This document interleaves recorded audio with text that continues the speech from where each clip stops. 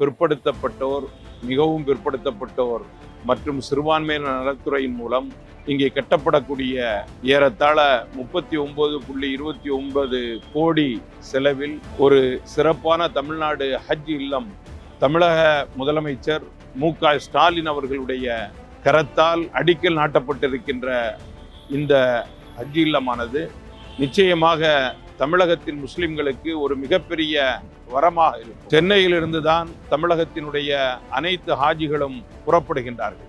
ஏறத்தாழ 400 பேரை தன்னுள்ளே கொள்ளக்கூடிய அளவிற்கும் அவர்களுக்கான எல்லா ஏற்பாடுகளும் சென்னை ஏர்போர்ட்டுக்கு பக்கத்திலேயே இது அமைந்திருப்பதாலும் மிக வசதியாகவும் இந்த இடம் நமக்கு காணப்படுகிறது.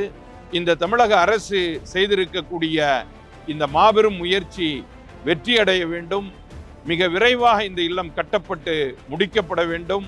தமிழக அனைத்து மக்களினுடைய சார்பாக நான் தமிழக அரசிற்கும் தமிழக முதல்வருக்கும் நன்றியை கூறிக்கொள்கின்றேன்.